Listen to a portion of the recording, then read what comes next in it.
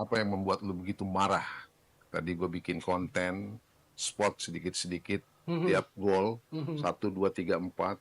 Kok kayaknya lu marah banget? Kenapa seperti itu? Marah tapi ingin apa ya? Mensatirkan dulu deh.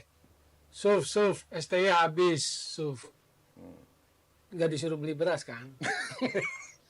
Beli naturalisasi lagi aja, bener nggak? Kan begitu. Kalau kita memparodikan gitu loh.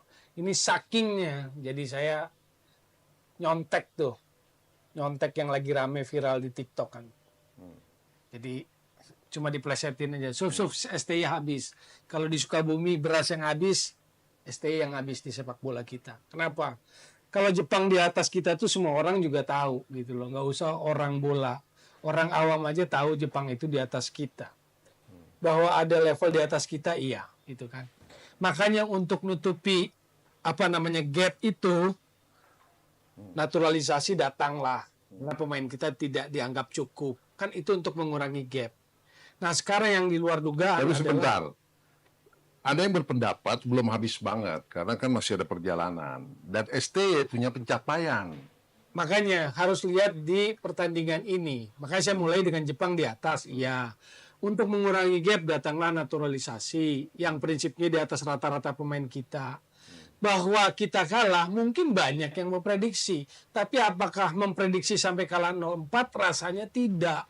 Karena kalau kita mengacu pada ada polling yang beredar kemarin, sebuah media yang cukup ternama, pollingnya kan 40 berapa persen kita menang loh. Oh iya, betul. Iya. Publik memilih Indonesia menang. Iya. Kalau nggak salah sampai di atas 40%. Oke, publik mengatakan itu Indonesia menang gitu. Tapi kalaupun secara sepak bola, karena saya paham kualitas Jepang, saya nggak nyangka kalahnya 0-4. Waktu datang tadi nonton bareng sama teman-teman, waktu ditanya berapa prediksinya, hanya berani ngomong kalah 0-2. Hanya berani ngomong kalah 0-2. Nggak berani membayangkan kalah 0-4 gitu loh. Jadi ketika kalah sebesar ini, maka pertanyaannya adalah, kalau pemain individu sudah dikasih, sekarang pertanyaannya di area taktik, di area kepelatihan gitu loh. Oke, babak pertama Wel, apa yang terjadi? Sehingga ada 2 gol di sana. Sesuai prediksi, kemarin saya anggap bahwa akan parkir bus. Benar parkir bus. 5-4-1. Begitu ulang bola turun semua. Retreat. Sampai 35 meter. 30 meter di depan gawang sendiri. Bayangin tuh parkir busnya. Tapi itu aja gak gampang.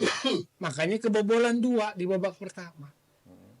Karena defense itu nggak mudah. Parkir bus jadi lebih kepada kesalahan taktikal atau pemain yang tidak paham apa yang diinginkan STY? Kalau gitu semua salah pemain.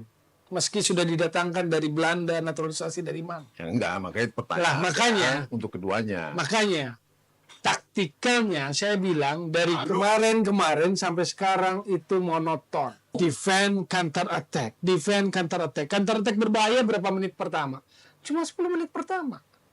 Yakob Sayuri menonjol. Orat Mangun dapat peluang. Nggak bisa finishing. Ada crossing dari Kevin Dick. Bagus.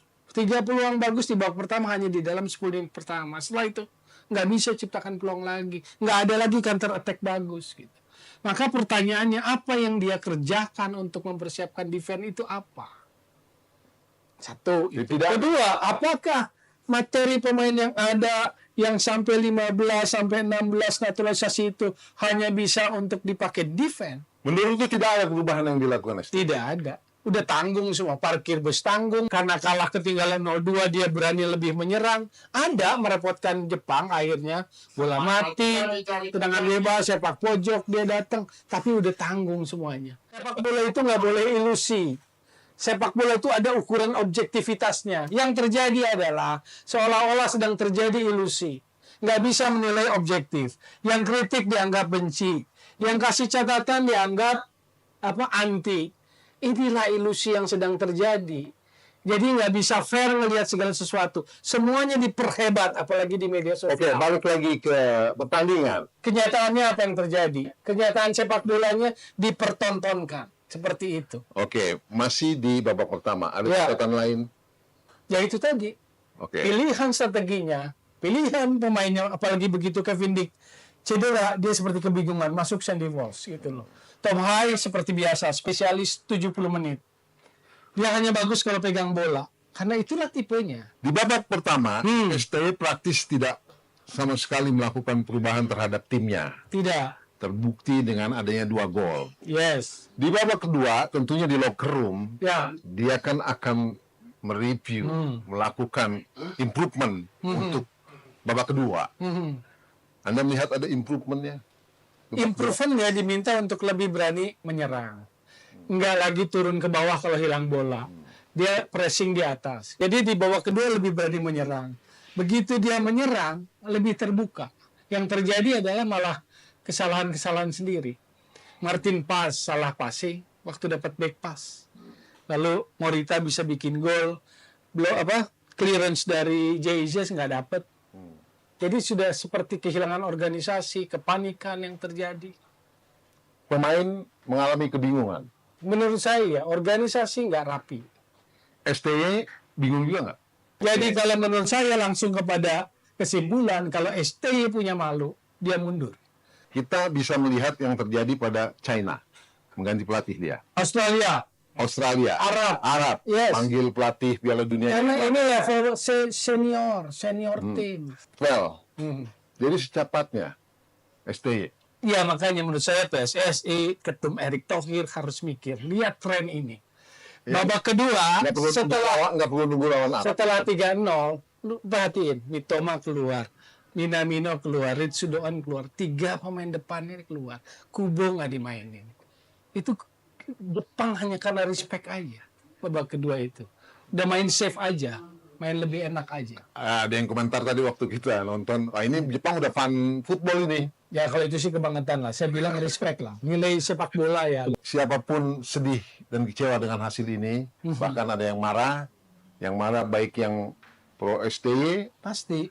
dan juga tidak pro seperti Anda.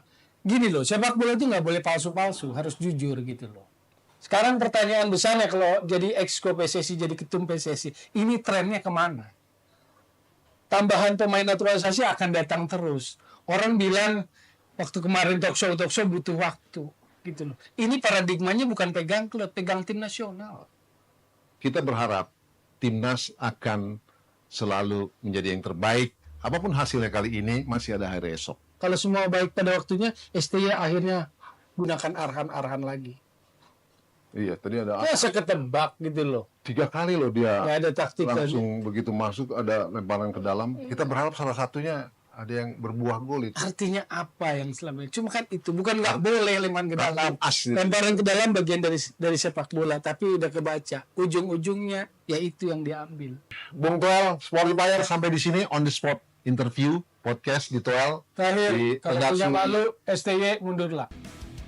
Gitu ya. Iya. Kalau punya malu. Tapi Sportsmanship. sengotot apapun lo terhadap STY, keputusan ada di federasi toh. Setidaknya nggak palsu-palsu, nggak pura-pura. Bukan hore-hore. Ya, ya. Baiklah, kita berharap yang namanya timnas itu selamanya. Pelatih boleh. Ada Tidak, masanya. Ada masanya kan. Ya. Siapapun itu pelatihnya, kita berharap timnasnya moncer terus. Sampai di sini. Assalamualaikum warahmatullahi wabarakatuh.